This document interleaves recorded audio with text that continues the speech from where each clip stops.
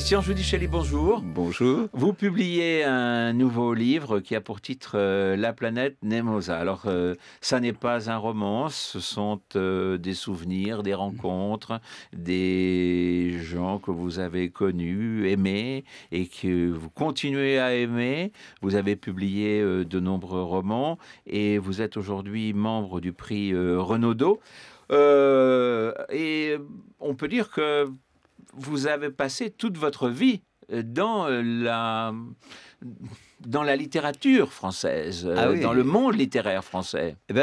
Pour moi, ça a été d'ailleurs, je ne dis pas la réussite, parce qu'une vie n'est jamais vraiment réussie, mais si le garçon que j'étais quand j'avais 14 ans dans ma province, à Nîmes, donc, qui donne le titre de ce livre, Nemoza, c'est Nîmes en latin, si on me disait que si le garçon de 14 ans me regardait maintenant, il se dirait, mais c'est incroyable, parce que comment tu as fait, tu es allé à Paris, ce qui était mon rêve, tu as écrit des livres, tu as écrit ce que tu voulais, tu as rencontré les gens qui t'attiraient, enfin bref, de ce point de vue, j'ai été totalement comblé.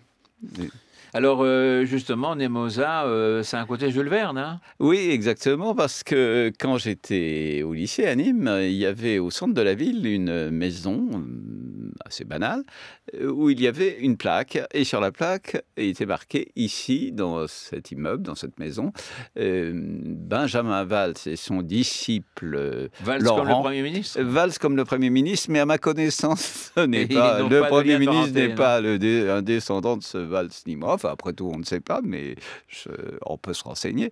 Et alors donc, ces deux personnages avaient découvert une petite planète, et comme ils étaient à Nîmes, ils avaient appelé Nemoza.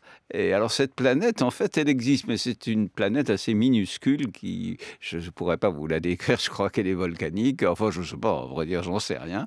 Et j'ai prêté ça a été le point de départ, parce que la planète Nemoza, je voulais dire par là que j'allais visiter aussi ma planète à moi, que j'ai appelée Nemoza, mais qui pourrait être votre planète peut-être, ou celle du lecteur. Enfin, vous racontez votre monde finalement. Oui, hein? Oui, j'avais fait ça dans un livre qui s'appelait Les Passants, mais je voulais pas, et ça c'est un peu la continuation de ce livre en fait, et parce que je trouve que effectivement, il y a un moment où on peut s'adresser au lecteur en confidence, comme à un ami, et donc lui raconter à la fois des aventures qui me sont arrivées, assez intimes, que je ne raconterai pas peut-être à des amis intimes. Hein, et pas forcément au micro non plus? Pas forcément au micro, on serait peut-être censuré, je ne sais pas. Vous savez, la morale n'est pas toujours aussi large qu'on veut bien nous le faire croire. Bref, il y a aussi évidemment des rencontres tout à fait correctes avec des auteurs, par des exemple, peintres, des acteurs, il y a etc. une actrice que vous avez bien connue, qui a joué l'une de vos pièces, Oui, Annie Girardot. Annie Girardot a joué une pièce qui s'appelait Première jeunesse, avec une autre vedette plus ancienne, qui était Odette Joyeux, qui était, bien sûr, c'est ça, dont tout le monde se souvient. Et oui, et toutes les deux, donc, comme c'est une pièce à deux personnages, vous savez, il y a toujours une rivalité. Elles s'aimaient bien, mais en réalité, il y avait toujours une qui me disait, tu n'as pas l'impression qu'elle ralentit un peu, ou qu'elle m'empêche de faire exactement ce que je veux, etc. C'était assez drôle. Cela dit, c'était souvent très amusant. Il y a eu un moment, et Annie Girardot mettait beaucoup de punch dans cette pièce, mais je ne raconte pas la pièce, mais à la fin de la pièce, les deux personnages détournent un avion et elles vont mourir sous les balles des policiers. Et c'est une tragicomédie, si vous voulez. Et à l'avant-dernière réplique, avant que les flics n'arrivent, Annie devait dire, Odette disait, ah, mais je ne peux pas piloter un avion, parce que son personnage, en fait, avait piloté un avion quand elle était jeune. Et là, je peux plus maintenant. Et alors, elle dit, allons chercher le pilote.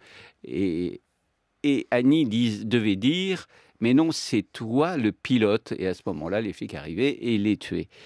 Et une fois sur deux, je ne sais pas pourquoi, Annie disait, au lieu de dire « c'est toi le pilote », elle disait « c'est toi le pylône ». Et ce qui était très extraordinaire, ce qui m'en a beaucoup appris sur le public, personne ne semblait surpris.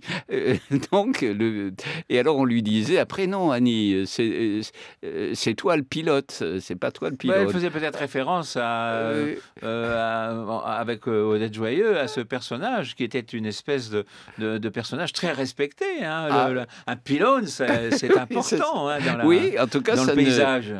Je l'aurais jamais écrit, mais ça ne choquait personne. Voilà. Le milieu du théâtre est différent hein, du milieu littéraire. Oui, c'est un milieu, je dirais, plus enfantin. Moi, j'aime bien être au théâtre. J'ai écrit 5 ou 6 pièces. Parce que ce qui est bien au théâtre, c'est qu'au fond, on joue. Et on joue aussi dans les répétitions. Il y a un côté très narcissique, souvent, chez les acteurs. Mais ça n'empêche que et c'est peut-être un milieu moins dur que le milieu des écrivains, où les jalousies sont parfois plus marquées. En fait, au théâtre, quand même, quand on est dans une équipe, on a envie que ça prenne, que le public soit intéressé. Et donc, il y a une espèce de solidarité. Je n'ai pas tout à fait cet avis, Ah parce oui, que vous j'ai croyez? assisté à des rencontres à Avignon entre metteurs en scène, comédiens, et pendant plusieurs années où on allait pratiquement se taper dessus. Donc, mais ça arrive aussi, oui.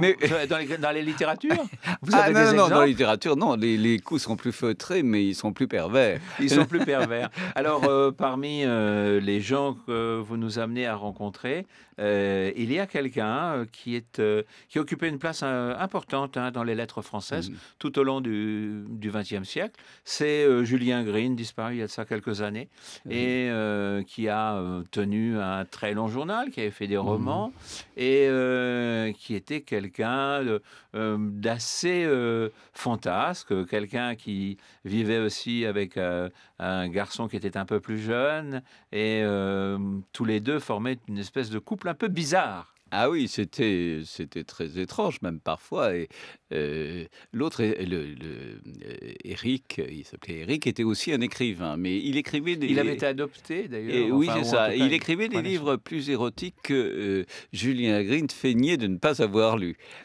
Donc c'était leur rapport était très curieux, mais de très bon ton. Alors là, quand vous étiez très jeune, vous avez rencontré Ah oui, j'ai rencontré Julien Green. Vous à n'êtes cause pas de la devenu son radio. petit ami, mais non, il vous a non, demandé quelque chose d'un peu particulier, parce que à ce moment-là, vous travailliez pour la radio. D'ailleurs, vous avez travaillé pendant de très nombreuses années pour la radio. Pour France Culture. Ouais. On vous a entendu ici sur France Culture, et vous étiez en compagnie de Roger Vrigny pour cette émission littéraire, qui était une émission littéraire extrêmement suivie. Et dans vos débuts, vous avez donc rencontré Julien Green. Je l'ai interrogé plusieurs fois c'est drôle parce que la première fois, effectivement, il avait une voix un peu comme ça, c'était mezzo voce, et il vous appelait monsieur, ce qui a rien. Pour un jeune homme, c'est terrible d'être appelé monsieur par un homme qu'on trouve d'un âge très respectable. Donc, j'étais encore plus intimidé, et d'autant que j'allais faire ma première interview pour la radio avec lui.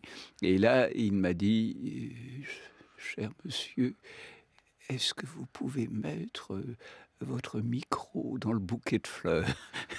Oui, on avait l'impression d'être un peu au confessionnel avec lui. Oui, un petit peu. Mais enfin, il fallait pas parler trop fort. Oui, non. Alors, ça, c'était.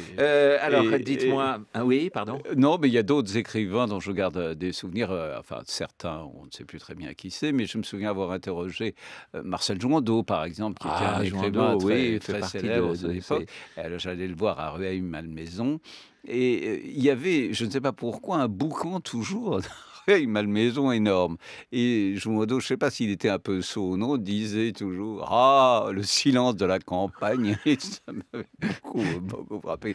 Et il jouait il avait un pull-over rouge souvent, et il jouait de l'orgue, pas très bien, je dois l'avouer, mais il était très amusant. Ce sont des écrivains à redécouvrir, parce que vous parlez aussi d'Henri Thomas, de gens comme ça, etc. Beaucoup de gens. C'est-à-dire qu'il y a un grand nombre d'écrivains français qui sont peut-être peut-être injustement Un oublié peu dans le aujourd'hui, purgatoire, Christian mais Giudicelli. souvent le purgatoire, ça dure 10, 20 ans, 30 ans, et puis parfois on en sort, parfois on n'en sort pas. Ça, on peut pas très bien savoir ce que l'avenir vous réserve.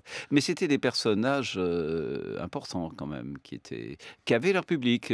C'est-à-dire que maintenant, ça n'existe pratiquement plus un écrivain qui vend régulièrement ses livres à 30 000 exemplaires. Soit les best-sellers vendent 200 000, 300 000, soit on vend très très peu de livres. Ça a beaucoup changé de ce point de vue.